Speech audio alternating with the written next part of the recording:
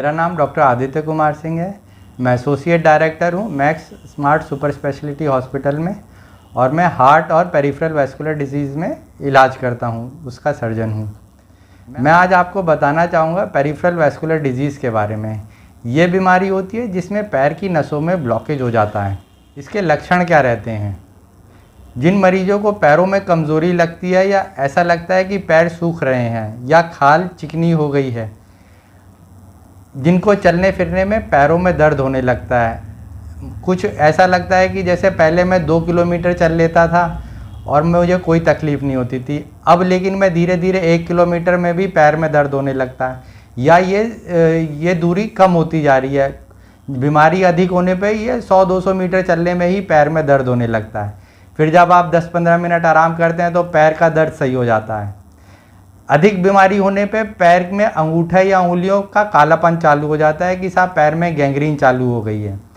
तो अगर आपको ऐसा कुछ लगता है कि जी पैर में दर्द रहता है या पैर में खाल काली पड़ने लगी है, तो इसका मतलब है कि आपको खून की नसों में ब्लॉकेज हो सकता है।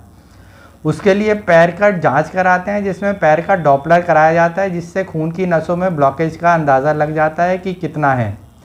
अगर ऐसी कुछ समस्या है तो सीटी स्कैन में आपकी बीमारी काफ़ी हद तक सही तरीके से पकड़ी जा सकती है।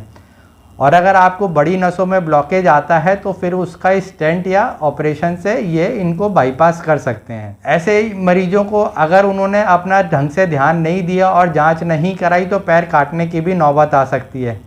तो अगर पैर में पहले सिर्फ एक उंगली में गैंग्रीन थी और आपने उसकी ढंग से जांच नहीं कराई तो एड़ी पे काटने की ज़रूरत पड़ सकती है। धीरे धीरे फिर घुटने तक भी पैर को काटने की ज़रूरत पड़ जाती है। लेकिन अगर आपने शुरुआत के समय में ही इसकी सही से जांच कराई होती तो आपका बाईपास ऑपरेशन या स्टेंट द्वारा पैर को पूरी तरीके से बचाया जा सकता है। आप समझ सकते हैं कि अगर पैर में कुछ भी आपकी समस्या होगी तो आपकी दिनचर्या का क्या रहेगा। जो आदमी पूरी तरीके से अपने पे निर्भर था और अगर उसको व्हीलचेयर या घर पे ही रहना पड़ गया तो उसकी तो पूरी ज़िंदगी ख़त्म हो जाती है।